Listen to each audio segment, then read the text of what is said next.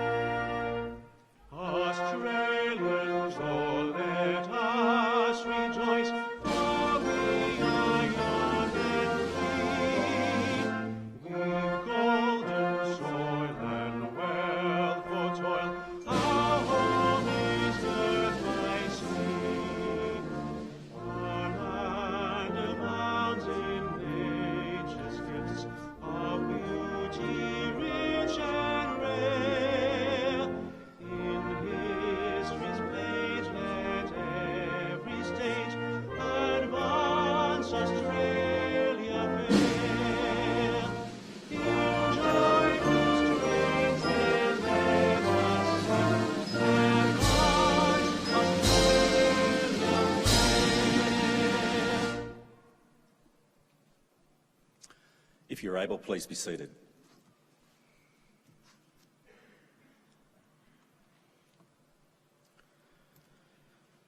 The Australian War Memorial was the vision of Charles Bean, Australia's First World War official historian. Bean landed with the Australian troops on Gallipoli and stayed with them at the front through to the end of the war. The idea of this national memorial and museum came to him at Pozières, France, in the depths of the bloody fighting of 1916. Bean's idea was that this would be a place where families and friends could mourn loved ones buried in faraway places. It would also be a place that could help all Australians understand what these men and women had endured and what they had done for us. Bean's vision, to which we remain true, is best expressed as inscribed in the entrance to the memorial's galleries. Here is their spirit, in the heart of the land they loved, and here we guard the record which they themselves made. Tonight we'll read the story behind just one of those on the Roll of Honour, which lists the names of more than 102,000 men and women who have given their lives for us in war and operations over more than a century. But first we present a lament, Flowers of the Forest. Wreaths or floral tributes will now be laid at the base of the Pool of Reflection.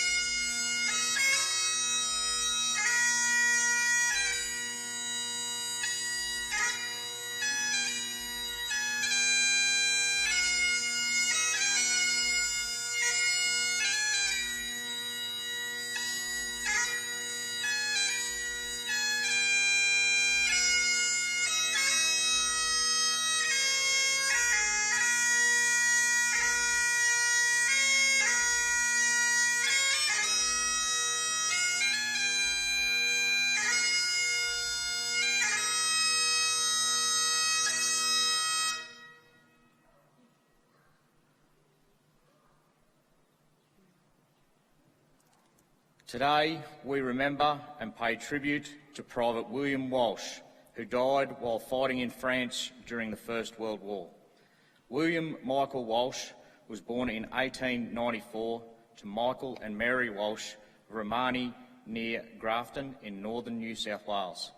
William's parents died when he was a baby, so he spent his formative years living with his Aunt Mary in South Grafton. He attended a public school and then boarded at the Holy Cross College in the Sydney suburb of Ryde before returning to Grafton to work as a clerk at the Australasian Bank.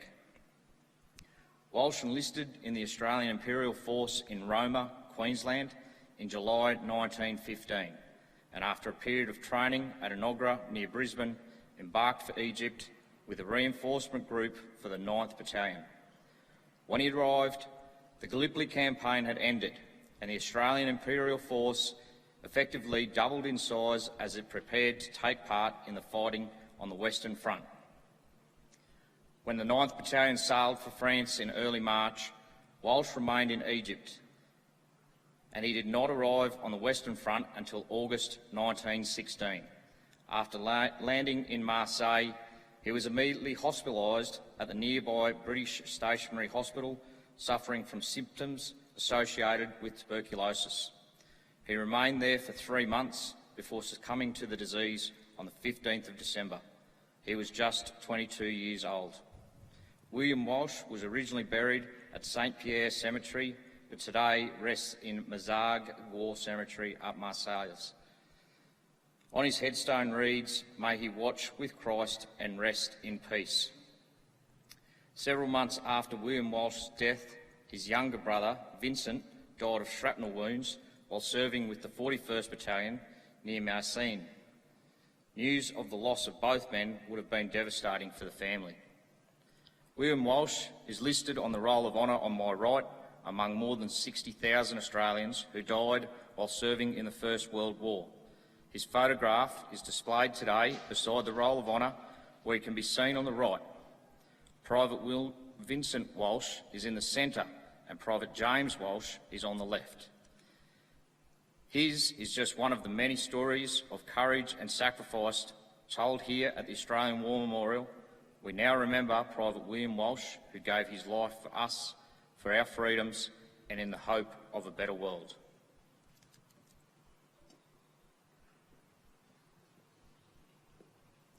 Please stand for the reading of the Ode and sounding of the last post.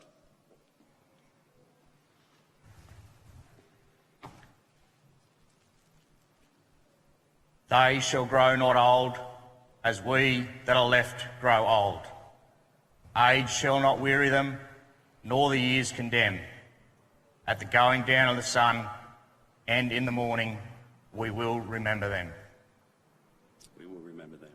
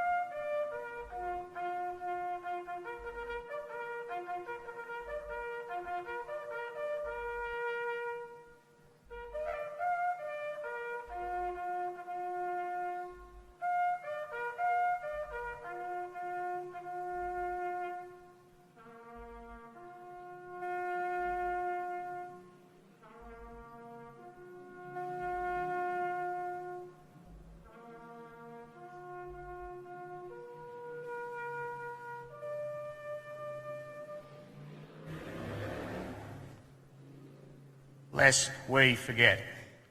Lest we forget.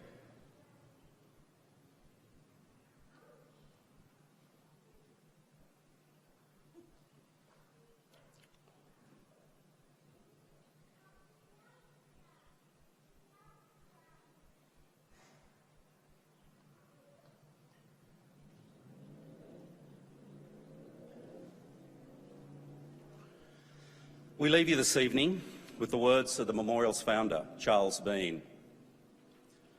Many a man lying out there at Pozières or in the low scrub at Gallipoli, with his poor, tired senses barely working through the fever of his brain, has thought in his last moments, well, it's over. But in Australia, they will be proud of this. Ladies and gentlemen, girls and boys, that concludes the last post ceremony. We thank you for visiting the Australian War Memorial and wish you a very good evening. Thank you.